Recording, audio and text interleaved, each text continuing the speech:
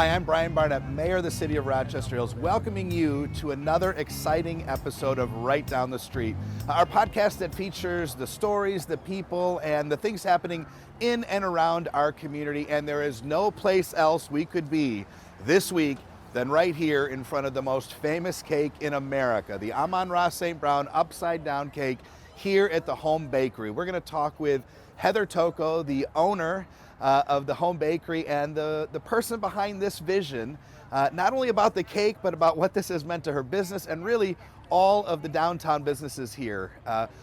Right down the street is our way of sharing the stories and some of the amazing things that the people are doing in our community. We thank all our loyal listeners for making us one of the top 25% of podcasts anywhere in the country, and this episode is going to kill. We love our Lions, we love cake, so let's go meet Heather. So we are here on the second floor of the home bakery with probably the most famous person in Southeast Michigan who's not wearing the Honolulu blue. Heather Tocco, thank you for having us, the owner of the home bakery. We have so many questions. First, thanks for making time in the busiest time of your life to do our podcast today and share a little bit about what it's like. But I can imagine how many people are wondering what your last week has been like. You know, quite honestly, I'm barely remembering yesterday. It's been surprisingly organized chaos and exciting and fun and disbelief. And you know, the customers coming in have made it electric in here. It's the best environment right now. I mean, we're working our butts off, no doubt about it. My head pastry chef cut her vacation short from Jamaica to come back and help with all of this. And we're on cloud 9 right now. Yeah. Well, unless you've been living under a rock, you would have missed, there's no way you could have missed, the fact that you created this Amon-Ra St. upside down cake along with a whole sort of front window. It created incredible buzz everywhere. You've been, I think, on every possible publication, every national news story. As we sit here on the second floor, we get about 30 seconds between someone screaming and tooting a horn and yelling, "Go Lions." You're lined out the door for hours to come in and buy products. This has got to be kind of a wild thing. First of all, tell us a little bit about the cake itself, the inspiration for the cake. You've done wild cakes before, and we'll talk a little bit about that because, of course, the city has benefited from your creativity in the past. But this particular cake has put you on the map, you know, nationally. What inspired it? That's easy. The Lions, right? They're on fire, and they're contagious, right? If you weren't a Lions fan, if you didn't know anything about them, the city, it's on fire right now, and we wanted an opportunity to show off a little and show our love, right? You know, be a part of the excitement that the Lions have created, and that was the inspiration, really. Yeah, and I've seen this because I mean, once I saw the cake, I've driven by it a few times, of course, knowing you. The attention to detail is part of the story. So, you know, once you get the inspiration, once the Lions are, you know, in your mind, and I'm going to create a cake to honor the Lions in this incredible season, then you got to come up with a design, and then you have to construct it. Tell us a little bit about that. Most of the people that watch Right Down the Street are not professional bakers, would have no idea how to start a cake like that. So picking the design came really easy. The group of decorators collaborated on it, and I mean, we had it right away. It was no question. St. Brown, I mean, his headstand went viral on its own, and it was on Christmas ornaments and socks and stuff like that. So it was pretty easy to decide that. Then constructing it, you know, the characters I usually do have 2 points of contacts, 2 legs or 4 legs or something. I was really trying my hardest to figure out how to make it 1 point of contact, and as the team and I were building, you know, we keep on kind of bumping the cake as seeing how it would sway, and just to be proactive, I put some, there's a metal plate that goes through the shoulders that I would be able to put some rods in, and I ended up having to do that, but it's cake engineering is really what it is. You know, center of gravity, all that stuff. And how many hours did it take you to put that together? I think I saw somewhere a number, and then how much fondant. I mean, give us the stats. Just like Amon-Ra has stats, Yeah. receiving yards and receptions. What are the stats on this cake? So this is where I might disappoint you a little bit, because usually my Christmas windows have a info sheet on hours and pounds and all of that stuff. We started the window the beginning of December, right after the Kris Kringle market here. And it was an hour here, and somebody would mix the fondant color over here, and I lost track. But knowing on what it normally takes us to do a character, and the other, it was at minimum 200 hours we have in it, at the very minimum. Has anybody tried to buy the cake? Of course they have, and he is not for sale. And did he try to buy it? No. But you wouldn't want to eat that cake, because as we're building, we let that cake get dehydrated, and there's Rice Krispies in it too. And we started this December, the beginning of, and you don't want to eat it. Yeah. So I like cake, and I like your cake, so you'd be surprised what I would eat. Some in here look pretty good, actually. Well, let's break away. We'll come back to the Lion's story, because you're in the middle of craziness. But backing up a little bit, 11 years ago, you decided on this building and this sort of career and launching kind of the home bakery. Can you tell us a little bit about that? Why'd you pick this place, and what it's like to own this building at this time? So I always wanted to own my own business, and maybe it starts a little before this place. I was looking to something to have a creative outlet that I could make a living off of. And I had a very best friend who was celebrating a birthday that I decided to make a birthday cake for. Prior to this, I was a seamstress, I was a makeup artist, freelance, things like that. I was actually working in the salon industry for many years as well. And when I made the cake for her, I knew what I wanted to be when I grew up. About 6 months from that, I had a website business, people ordering from me. And then What was the cake, by the way? Was it? It was very simple. It was a 3-tier. It was pink and black polka dots with a white tier and a number 40 on it, and it was very simple in comparison to what I'm doing now. Okay. But I was so proud of it, and she was touched by it. Sure.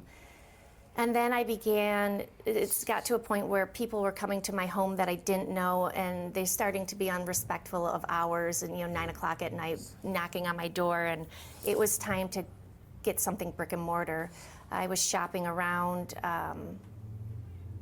Royal Oak and places out there, and then somebody I knew had told me that the owner of this place was considering selling it, loving Rochester, loving historic buildings. I walked in here and I knew this is where I was supposed to be. The building's 200 years old? It was built in 1849. I think it's the oldest commercial building in all of Oakland County, isn't it? I think so. Yeah, impressive. Now, notwithstanding, or maybe tell us a little bit about how this latest cake has impacted this, but owning this business, how many full-time bakers do you have? Is it a very seasonal demand? Tell us a little bit about the... It is somewhat seasonal. Normally, prior to this great blessing that St. Brown gave us, I would normally be laying people off and cutting their hours up to 25% for the month of January and February, depending upon where Fat Tuesday falls. This year it's the beginning of March, so it would be February as well. Sure. So normally we staff up to 30, 35 people, maybe during the Christmas time, and then when we get into the busy graduation season during the summer and weddings, we get back up to that number too. Mm-hmm. And because of the St. Brown blessing, as you called it, how many folks are working today? Well, I don't know. That's an honest answer. We've had my head pastry chef's brother-in-law is here, my mom was here, my mother-in-law, my sister-in-law, some of my team members' family, and of course we are paying them, sure. But they want to be here, they want to help, and just honestly, if you go downstairs and feel the energy, it's the best thing. Yeah. It's the best thing. So, well, you make people happy. I mean, your product, regardless of this or not, it's got to be kind of fun because you're not, no disrespect to others, but you're not doing taxes. You're not these other industries that provide wonderful service. But your product genuinely brings smiles to people's faces. It's celebrated at incredible occasions. I mean, there has to be some joy in that too. that's one of my favorite parts of it, actually. And I think that's, if you asked any one of my team members, they would probably say that we're creating things to celebrate life's special moments, a birthday, a wedding, the religious holidays, just because we get to make cakes for that. And generally, we'll have some people that come in picking up a cake for somebody special to them, and they might shed a tear because we've nailed it, that attention to detail. And now we've created something special for them to give to somebody special to them. Yeah. I'm not only obviously a fan of yours, but I'm a customer. Every year I get my birthday party cake from you, and every year I open up the box and go, awesome, I usually give you free creative reign, and you do the colors or the whatever kind of celebrating. It's awesome. And beyond that, you've done the City of Rochester Hills 30th anniversary cake, and just a few months ago, our 40th anniversary cake. Isn't that great? Which is incredible. And if you've ever seen that, you have, but if our listeners could see the cake, it tells the history of our city with areas that are really important to us and monuments that kind of mark our uniqueness. And it becomes something that you don't want to eat because it tells such an incredible story and it's so beautiful. So we've loved your products and have benefited from your creativity as well, and your teams as well, I'm sure. We're surrounded by pretty cool cakes. Do you have one that either sticks out as your favorite or the most difficult or the one that brought you the most joy? Well, right now it's St. Brown. I have a number of cakes that I've really enjoyed. We did that Game of Thrones window, and I was a huge Game of Thrones fan. That was really exciting. And that went viral. I had no idea what viral meant until this happened. There are a lot of them. I don't know that I could list them, but I got a cool job. I got a real cool job. That's awesome. Speaking of that, before we go back, and we'll end with some more questions about the St. Brown experience, what would you tell a young person thinking about one day wanting to own their own bakery or get into this business? What is one thing they should know? Maybe a great thing about doing this, or maybe a misconception about what it was like. And what would you tell Heather 20 years ago?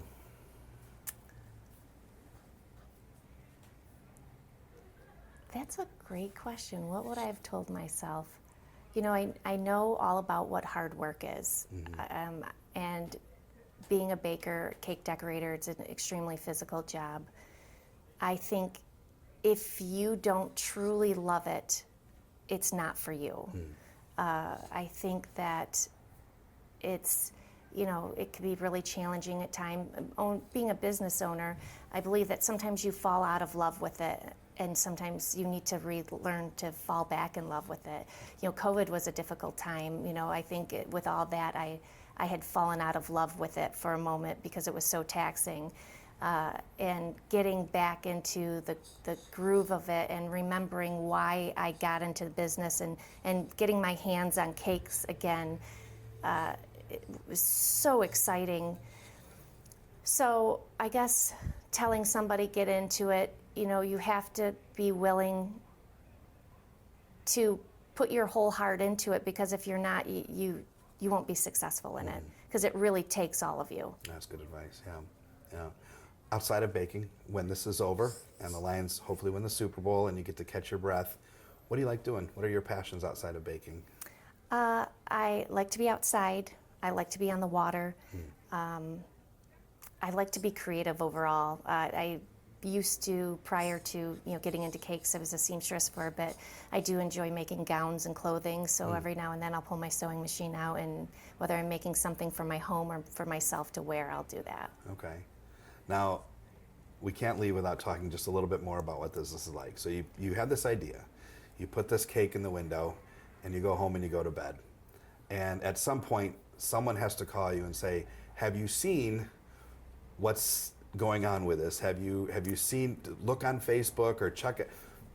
Walk me through the next morning or the first time you start to realize you've got something wild on your hands? So we finished the window, I want to say it was about 9:30 to 10 o'clock Friday night, the 3rd of January. I was at the airport at 7 a.m. on Saturday to head to Florida. By 1 in the morning, my phone was dinging so much from social media posts because we did a couple teaser videos. I thought I'd take a little time to get some momentum. And Saturday, I had to recharge my phone twice because of all the notifications. And by Sunday evening, I said I had to go home. So my first flight I got back was Tuesday, I believe, but it's just been crazy. So I actually left and then came back.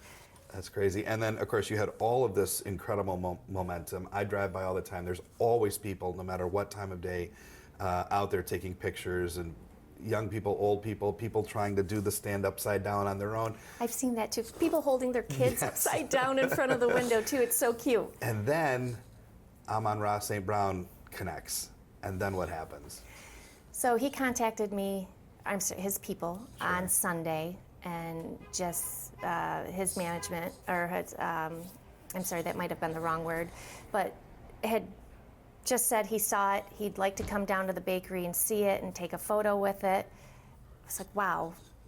And so fast, this was Friday, this is now Sunday. I would love that, it would be amazing. So I'm on my way back home, messaging them, how would you like this to happen? Would you like the bakery to be closed? Is this private? I'm getting a lot of contacts from news stations and stuff like that. What do you want to happen?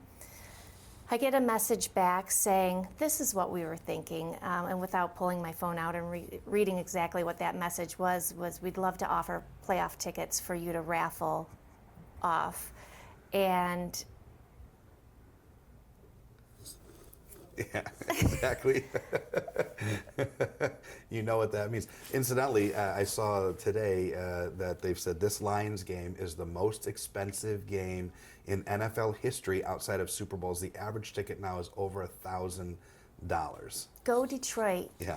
I mean, you want everybody to be able to go, but wow. The city is in love with the Lions. So he says, I'm going to give you tickets if they purchase something, which is brilliantly kind, because, I mean, otherwise people come and take a picture and they throw their name in the ring or the hat or whatever it is. Right. But to require a purchase is such a kind, thoughtful thing to help a small business.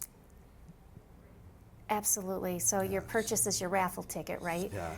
And I'm still struggling for it to soak in, and again, this blessing, this gift, it was going big, it was going viral, and then he does this for us. I don't have to lay these people off now or cut their hours. Yeah, what a story. Yeah, and just you may not have the actual numbers, but like, any idea how many people have come through in the days of the raffle? How many cronuts you've sold, or how many? The line has been, what, an hour and a half to 2 hours long from the moment you start to... Yeah, I think the longest it's been is 4 hours. And the chief of police in Rochester here has been so great about keeping this crowd organized, Sure. He and his team. I think they're estimating in the thousands. I'm struggling to mentally just wrap my head around what's going on still, to actually look at real data and tell you those things. It's been a lot, and for the people who don't want to wait in line and just come in front and take photos, it's really awesome. Yeah. Well, you are an inspiration, and I know there are a lot of people who, again, this is not overnight magic. You've had 11 years here at this location, working hard, grinding, as you say. It is wonderful to see your hard work and effort enjoyed by so many, recognized. I'm assuming January is going to be a strong month for sales? Yeah, it feels like Christmas. It feels like Christmas. Well, we're excited for you, and you've always been a great friend. And one of the one of the buildings you look at when you go downtown, you're basically the reason that the Big Bright Light Show has extended through the Lions playoff season, which is pretty cool, which I think all the restaurants are really happy about, the other businesses in downtown. And I think it's an indication that, a good idea can really create a lot of change and do something pretty cool. It's one of the things that I thought was the most beautiful is having the other business owners, say thank you for this, and it's so great that we're all gaining from this, right? It's wonderful. It's just a great thing. It'll be fun to think about this in a couple days or maybe a few weeks when you try to tell the story of what this was like. Hopefully you're capturing pictures and remembering all the interviews. I went viral one time when I got in a fight with Madonna, and it was a blur. And then the story is told for 10 years afterwards of how it goes. But excited for you. And everyone on our podcast always has the same question, the same final question, the one we close with from the time we started. So I'll pose it to you. You don't have any ability to think about it, so it's kind of a gut reaction. But if you could have lunch or dinner with any person, alive or past, two-part question. Who would it be, and where would you go? Oh. This is funny. Dan Campbell. Right on point. He wants, I'm sorry, not he. Write a book. Teach me this leadership. And I know that it's just natural, right? But what he's done is amazing in such a short period of time. Mm-hmm. I want to learn from him, like teach me your ways. And I feel like if it's going to be that, it's got to be at Lafayette, Coney Island. You could do this week probably. I mean, this could happen for under $50. This is a realistic dream. I mean, you've got people's attention now. I mean, you do the cake, you do a Dan Campbell cake. I think you're probably making it happen. Well, that's awesome. Heather, it's exciting. Thank you for sharing just a few moments of what this week and weeks have been like for you. We're all cheering for you. Thank you. We know that this, again, you've been a long-standing community partner and a person who's produced excellence and deliciousness for a long time, so we thank you for that.